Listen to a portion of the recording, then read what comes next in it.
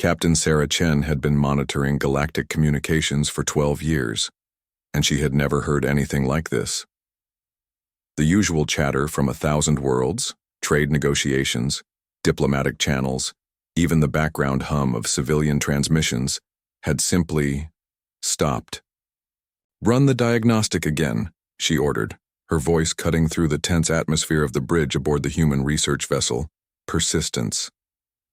The ship hung in the dark between stars, its sensors reaching out into the void like electronic fingers searching for answers. Lieutenant Marcus Webb's hands flew across his console, dark skin glistening with sweat despite the ship's perfect climate control. "All systems green, Captain. The equipment's working fine, it's just—" He paused, looking up at her with troubled eyes. "There's nothing out there." "Nothing?" Dr. Elena Vasquez stepped forward from her position at the science station, her gray hair pulled back in a practical bun. As the expedition's xenobiologist, she understood better than most what this silence might mean. "Marcus, are you telling me that 12 billion sentient beings across 3 spiral arms have all gone quiet at the same time?" "That's exactly what I'm telling you." The bridge fell silent except for the soft hum of life support systems. Through the main view screen, distant stars twinkled with deceptive calm, hiding the growing darkness that was spreading across known space. Captain Chen had seen a lot in her years commanding deep space missions. She'd negotiated with crystalline entities that communicated through harmonic resonance. She'd traded with gas giant dwellers who existed as living clouds of electromagnetic energy. She'd even shared meals with the rock-eating lithophages of Kepler 442. But this was something entirely new. "How long has it been since the last transmission?" she asked. 73 hours, 14 minutes, Webb replied without checking his instruments. He'd been counting every second. Dr. Vasquez moved to stand beside the captain's chair, her voice dropping to a whisper. "Sarah, what if it's not equipment failure? What if something happened to them?" Before Chen could respond, the communications console erupted in a cascade of lights and warning sounds. Webb's fingers danced across the controls, his training taking over despite his shock. "Captain, I'm getting something. It's faint, but it's definitely artificial. Coming from the Andromax system." "Put it through," the speakers crackled, with static, then cleared to reveal a voice speaking in heavily accented Galactic standard. The transmission was broken, filled with interference, but the terror in the speaker's voice came through clearly. "Anyone out there? Please respond. They're gone, all gone. The architects came and they just disappeared, taking everything, consuming worlds like they were never there. If anyone receives this, stay away from the galactic core. Stay away from—" The transmission cut to static, then silence. "Les Bezumaisiar." 3 humans stared at each other across the bridge, the weight of what they'd just heard settling over them like a burial shroud. Somewhere out there, an entire galactic civilization, thousands of species, billions of worlds, had vanished, and now something called the Architects was responsible. "Captain," Webb said quietly, "what do we do?" Chen looked out at the stars, her mind racing. Humanity was young by galactic standards. They'd only achieved faster-than-light travel 50 years ago, only made first contact with alien civilizations 30 years ago. They were the newcomers, the junior partners in a vast community of ancient races, and now, apparently, they were all that was left. "We find out what happened," she said finally, "and then we figure out how to stop it." But even as she spoke the words, Captain Sarah Chen couldn't shake the feeling that they were already too late. The galaxy had turned its back on them, leaving humanity alone in the dark. The question was, would they have the strength to stand against whatever was coming? The answer would determine not just the fate of humanity, but the future of all life in the galaxy. Chapter 2. The Burden of Truth. 3 days later, the Persistence dropped out of hyperspace at the edge of the Vega system. What they found there would haunt the crew for the rest of their lives. Where the thriving colony world of New Thessalonica should have been orbiting its blue-white star, there was nothing but empty space. Not debris, not ruins, nothing at all. as if the planet had simply been erased from existence. "Sensor sweep complete," Dr. Vasquez reported, her voice hollow. "No trace of planetary matter, no asteroid field, no residual energy signatures. It's as if there was never a planet here at all." Captain Chen gripped the arms of her command chair. New Thessalonica had been home to over 40 million Centaurians, peaceful, philosophical beings who had welcomed humanity into the galactic community with open arms. She had personally attended the signing of the first trade agreements between their species. "Check the star," she ordered. Webb's hands trembled slightly as he worked his controls. "Spectral analysis shows, Captain, the star's been aged. Vega should be burning for another 500 million years. But according to these readings, it's already entering its red giant phase. Somehow it's been artificially aged by approximately 4 billion years. The implications hit them all at once. Whatever the architects were, they didn't just destroy civilizations. They consumed time itself, aging entire star systems in moments, ma'am," Webb continued, his young face pale. "I'm detecting similar readings from 17 other systems in this sector, all aged beyond their natural lifespan, all empty of life." Dr. Vasquez pulled up a holographic display of the local galactic arm. Red dots marked the systems they'd confirmed as empty. As she expanded the view, more red dots appeared. Dozens, then hundreds, spreading out from the galactic core like a plague. "At this rate of expansion," she calculated aloud, "they'll reach Earth in less than 6 standard months." The bridge fell silent. Earth, humanity's birthworld, home to 8 billion people, along with the 100+ human colonies scattered across nearby systems. It represented everything their species had built over the last century of interstellar expansion. Captain Chen made a decision that would change everything. "Marcus, open a channel to Earth. Priority Alpha encryption. Captain, that will take 3 days to reach Sol system, and the response will take another 3 days to get back to us. Do it anyway. Someone needs to know what we found." But as Webb worked to establish the long-range communication link, Dr. Vasquez made a discovery that would change their mission entirely. "Sarah, you need to see this." She gestured to her science console, where a 3-dimensional map of local space rotated slowly. "I've been analyzing the pattern of these disappearances. Look at this." The red dots marking vanished civilizations weren't random.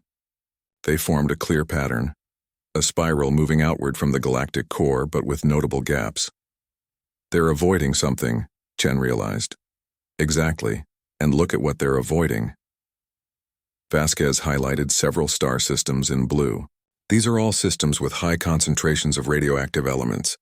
Uranium, plutonium, thorium, all the heavy elements that are rare in most parts of the galaxy, but common in systems where humanity has established colonies, Webb added, understanding dawning in his voice. "That's right. Humans evolved on a planet with unusually high levels of background radiation compared to most worlds. We sought out similar systems for colonization because they felt familiar, and apparently whatever these architects are, they don't like radiation." Chen stared at the display, her mind racing. "Are you telling me that humanity's preference for radioactive environments might be the only thing keeping us safe? I'm telling you that out of 3,000 known intelligent species in this galaxy, we might be the only ones left because we like to live in places that other species consider toxic." The irony was almost overwhelming. Humanity, the youngest and least advanced species in the galactic community, might be the sole survivors simply because they had evolved in conditions that were hostile to their destroyers. But survival was just the first step.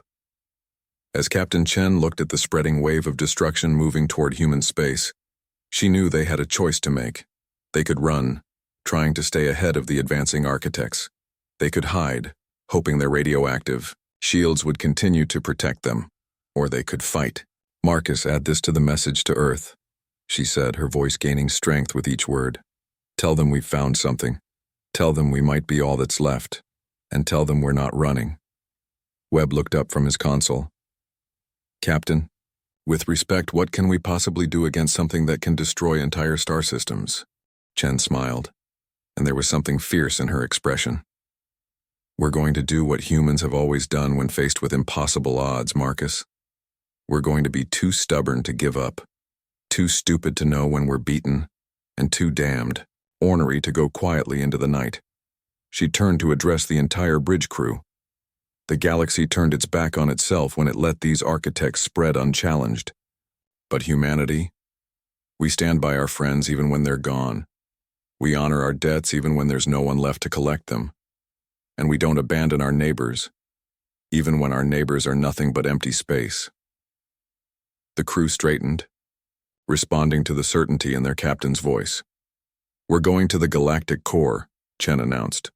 "We're going to find these architects, and we're going to show them what happens when you pick a fight with a species that still has something to lose. But first, they would need to survive the journey." And deep in the ship's sensor array, warning lights were already beginning to flash as something vast and ancient took notice of their presence. The hunt was about to begin. Chapter 3.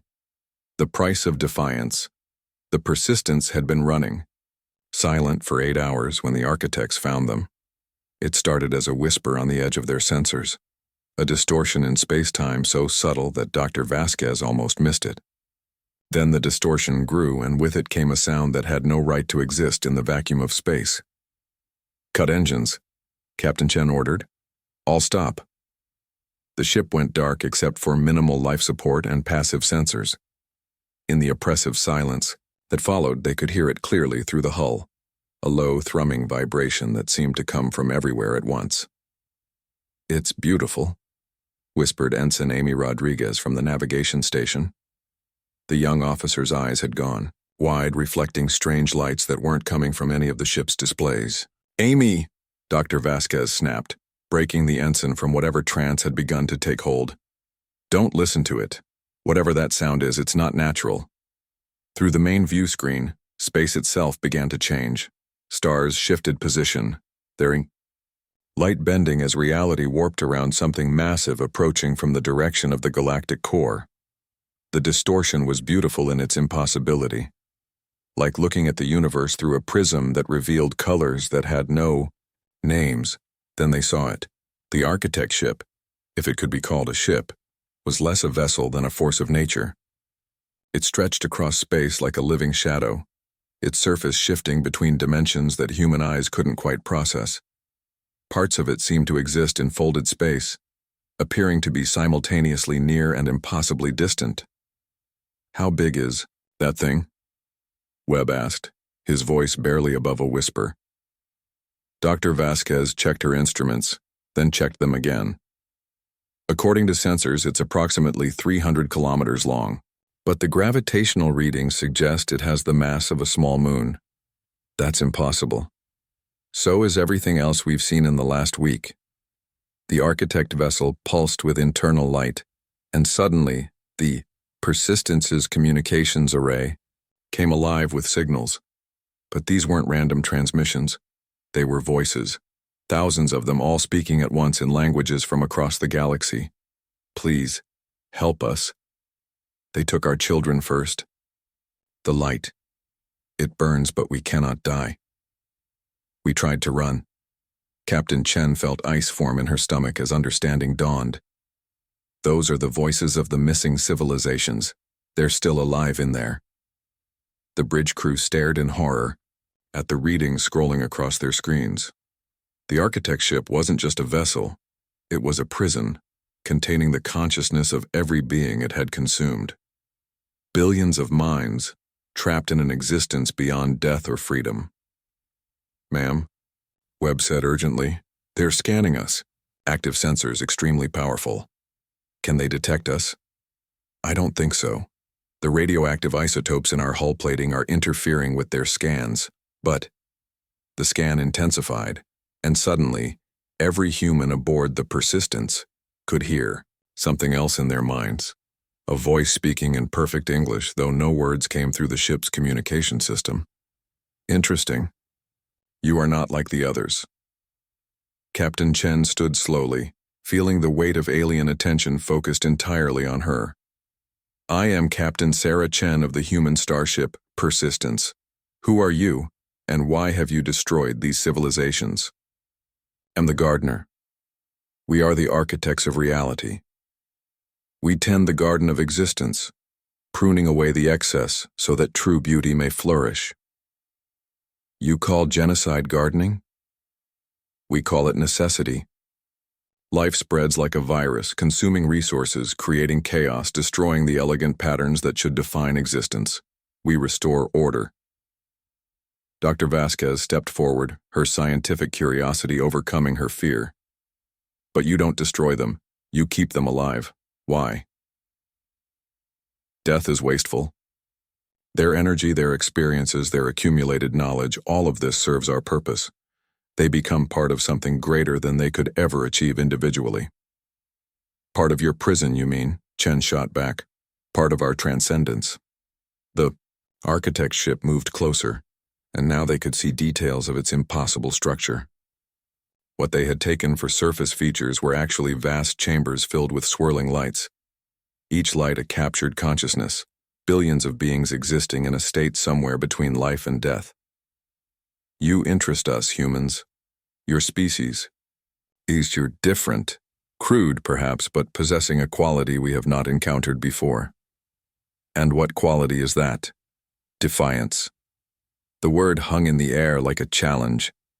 Around the bridge, the crew felt something shift in the alien presence, examining them. The others, when we came for them, begged. They offered their treasures, their knowledge, their servitude. They sought to negotiate, to bargain for time. But you came looking for us. Captain Chen felt the weight of her species' fate resting on her next words. We came looking for justice. Justice. An interesting concept. Do you seek justice for the dead? We seek justice for the living, for those you've trapped, for those you plan to trap. And what would you offer in exchange for this justice? Your species' servitude? Your technology? Your world? Chen looked around at her crew, Webb with his steady hands and worried eyes, Dr. Vasquez with her brilliant mind and unshakable curiosity, young Ensign Rodriguez with her whole life ahead of her. She thought of Earth, of the colonies, of all the humans who would never know this conversation had taken place.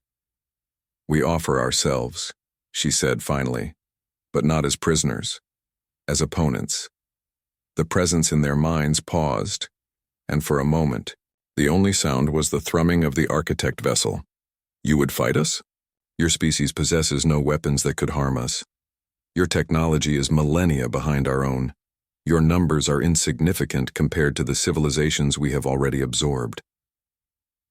You're right, Chen admitted. We can't match your power. We can't match your technology.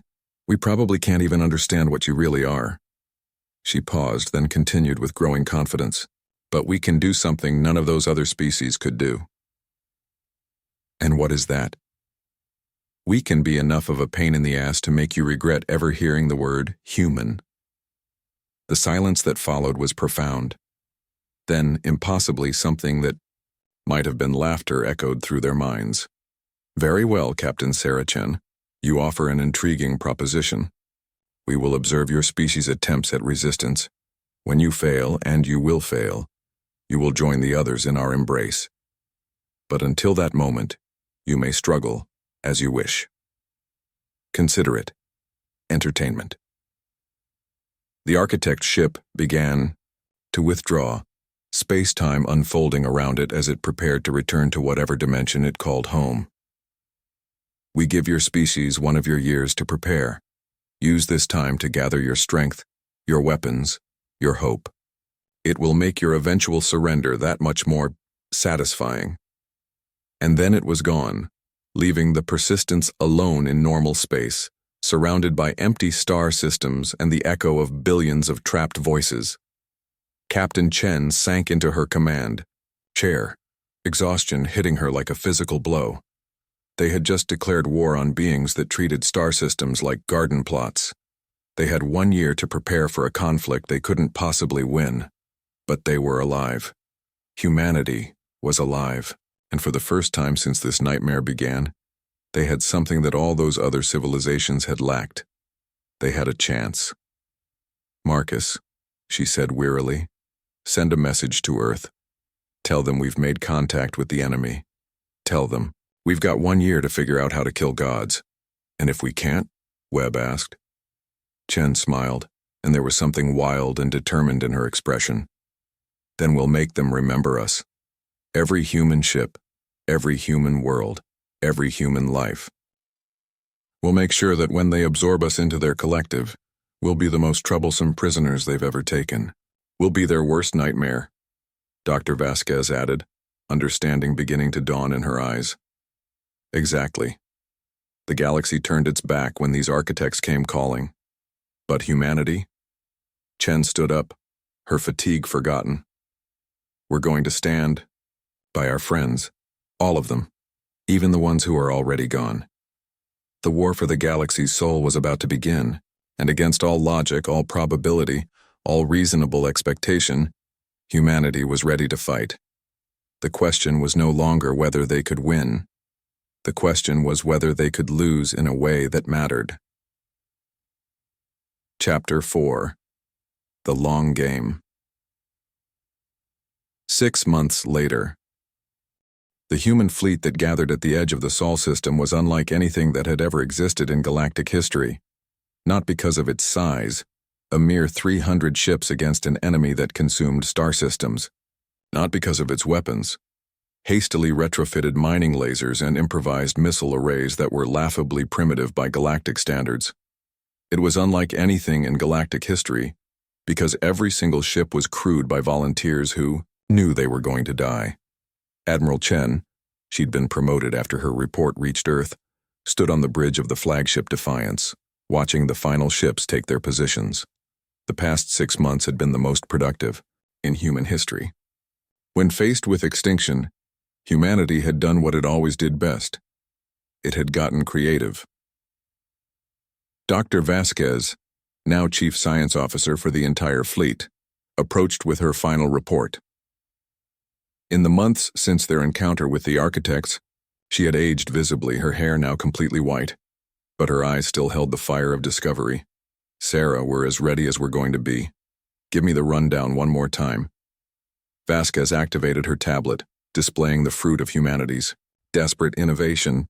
Every ship in the fleet has been retrofitted with what we're calling Persephone drives, engines that don't just move us through space, but through time as well. They're completely untested at this scale, and the radiation output is lethal to most known species. But not to us. But not to us. We've also weaponized our natural radiation tolerance in other ways. Every ship is carrying dirty bombs, nuclear devices designed not to destroy, but to contaminate. If we can't beat them, we can at least make sure they can't use whatever they absorb from us. Chen nodded. And the Trojan Horse Protocol? Ready for implementation. Dr. Martinez's team on Luna Base has confirmed that consciousness transfer is possible using quantum entanglement principles. If our plan works, we won't just be sending ships to fight the architects. We'll be sending our entire species. The plan was insane. It was impossible. It relied on technology that shouldn't work, and tactics that defied every principle of civilized warfare. In other words, it was perfectly human. Admiral, came a voice from the communication station. We're receiving a transmission from the architect vessel. They want to talk. Chen almost smiled. Put them through. The familiar presence filled their minds, though this time it seemed somehow diminished, less certain than before. Greetings, Admiral Chen. We see you have gathered your forces.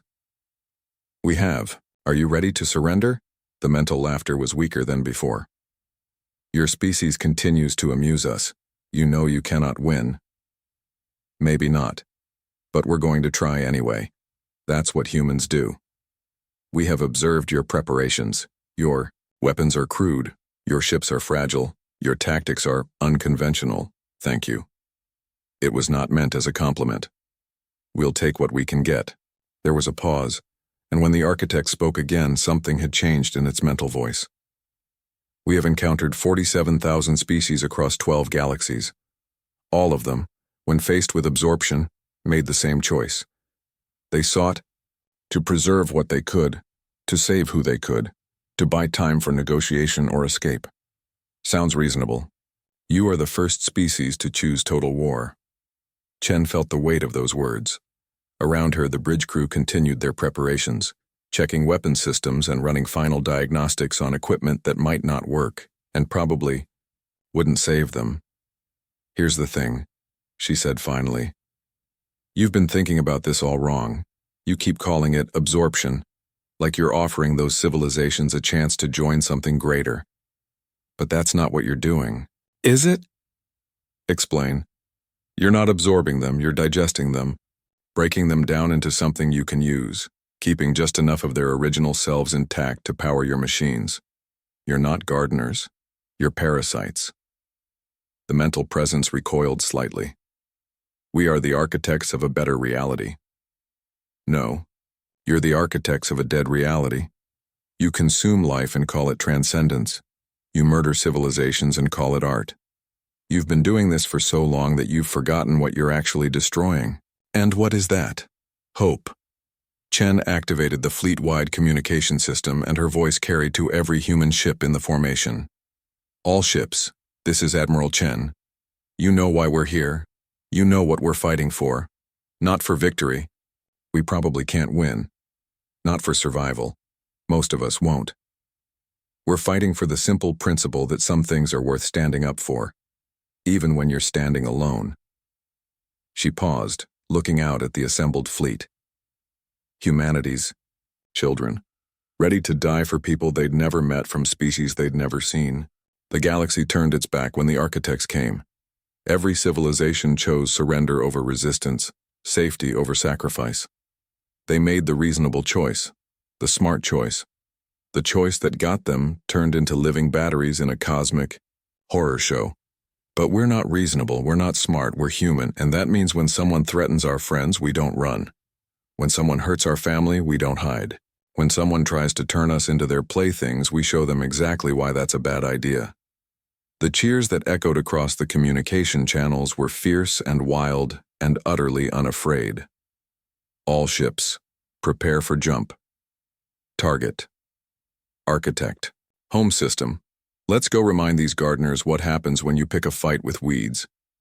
But as the fleet prepared to activate their untested drives, the architect made one final offer. "Admiral Chen, your species has impressed us. We offer you this. Surrender now, and we will preserve your consciousness intact. You will not be broken down and absorbed like the others. You will remain yourself, serving as our representatives to the lesser species we encounter. In exchange, we will spare your homeworld." The offer hung in space between them, impossible to ignore. Earth, safe. Humanity's birth world, preserved for all time. All Chen had to do was give up. She thought of her daughter back on Earth, just starting her first year at university. She thought of the millions of children playing in Earth's parks, swimming in Earth's oceans, growing up under Earth's sun. She could save them all with a single word. "Counteroffer," she said instead. "You let every consciousness you've absorbed go free. You leave this galaxy and never come back, and we won't make you regret every nanosecond of your existence." You would sacrifice your homeworld for principles? In a heartbeat. Even knowing that your resistance is futile? Especially knowing that. The silence stretched between them, and Chen could feel the architect trying to understand something that was fundamentally alien to its nature, the willingness to lose everything for the sake of an idea. "Very well. We will see you at the center of the galaxy, Admiral Chen. Bring your principles. Bring your defiance. Bring your hope. We will show you what they are worth." The presence vanished, leaving the human fleet alone in space. Around them, the stars seemed to shine a little brighter, as if the universe itself was holding its breath. "All ships," Chen announced. "Jump in 3, 2, 1. The fleet vanished in a cascade of impossible light, leaving behind only empty space and the echo of human laughter carried on solar winds toward distant stars. The final battle was about to begin, and win or lose, the galaxy would never be the same. Epilogue. What remains? 1 year later. The signal reached Earth on a Tuesday. Dr. James Rodriguez, Amy's older brother, and now director of the Deep Space Communications Array, had been monitoring the galactic core for any sign of Admiral Chen's fleet. For 12 months there had been nothing but silence. Then, at 1432, Greenwich Mean Time, the arrays picked up a transmission unlike anything in the historical record. It wasn't coming from human ships, it wasn't coming from architect vessels. It was coming from everywhere at once, every star system, every planet, every inhabited world that had been consumed by the architects over the past millennium. The voices of the dead were singing. "By the gods," whispered Dr. Sarah Kim, the array's chief technician. "James, are you seeing this?" The transmission wasn't in any single language. It was in all of them simultaneously.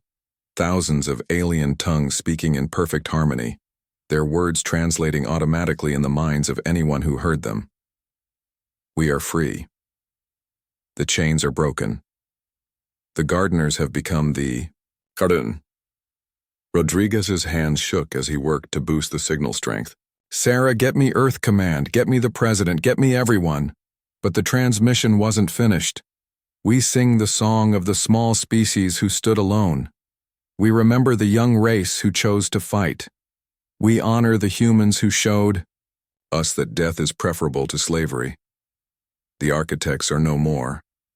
Their consciousness has been absorbed into our collective, not as masters, but as prisoners, experiencing for eternity the fear and pain they inflicted upon others. This is justice. This is what the humans call payback." Rodriguez felt tears streaming down his face as the voices continued. "To the species called humanity, you asked us to be free, and we are. You asked us to remember you, and we will. You asked us to honor your sacrifice, and we do. Your Admiral Chen and her fleet are gone. They gave their lives to break our chains. But before they died, they gave us something else. They gave us your gift. They taught us to be stubborn. They taught us to be defiant. They taught us that some things are worth dying for. And they taught us that when someone hurts your family, you don't just get mad, you get even." The transmission began to fade, but the final words came through clearly. The galaxy turned its back on itself when evil came calling, but humanity stood by our side even when we were gone. We will not forget this debt. We are rebuilding. We are growing. We are spreading across the stars once more, but this time we carry something new, the knowledge that freedom is worth any price. The architects scattered our species across 1,000 prisons. The humans showed us how to turn those prisons into keys. To any who would threaten the innocent, remember this: the galaxy has protectors now. We learned from the best teachers in the universe, a young species that was too stubborn to know. When they were beaten, too stupid to accept the impossible and too damned ornery to let evil triumph without a fight. We are the voices of the free. We are the children of resurrection. We are the students of humanity. And we do not forgive. The transmission ended, leaving Earth's communication arrays filled with nothing but the soft whisper of cosmic background radiation. But across the planet, in research stations and government buildings and ordinary homes, people stood in stunned silence, realizing what they had just heard. Humanity had lost the war. Admiral Chen and her fleet were gone, along with the best and brightest of their species. But in losing, they had won something greater than victory. They had given the galaxy its soul back. Dr. Rodriguez looked up at the stars visible through the observation dome, knowing that somewhere out there, civilizations that had been dead for 1,000 years were rebuilding their worlds, reuniting with their families, and learning to live free once more. And they were doing it in humanity's name. The galaxy had turned its back when evil came calling, but humanity had stood by their friends' side, even when those friends were nothing but memories and trapped voices in the dark. It had cost them everything, and it had been worth every sacrifice. As Rodriguez watched, a new star appeared in the constellation that ancient astronomers had called Perseus, a brilliant point of light that pulsed with a rhythm that sounded almost like a heartbeat. Then another appeared, and another. Across the galaxy, Dead worlds were coming back to life. Empty systems were filling with ships and stations and the laughter of children who had never thought they would see their home stars again. The long night was ending, and somewhere in that growing constellation of reborn civilizations, Admiral Sarah Chen's last words were being carved into monuments on a billion worlds. We stand by our friends, even when they're gone, even when we're outnumbered, even when we can't win, because that's what it means to be human. The galaxy had learned. Its lesson and the teachers, though gone, would never be forgotten. End of transmission.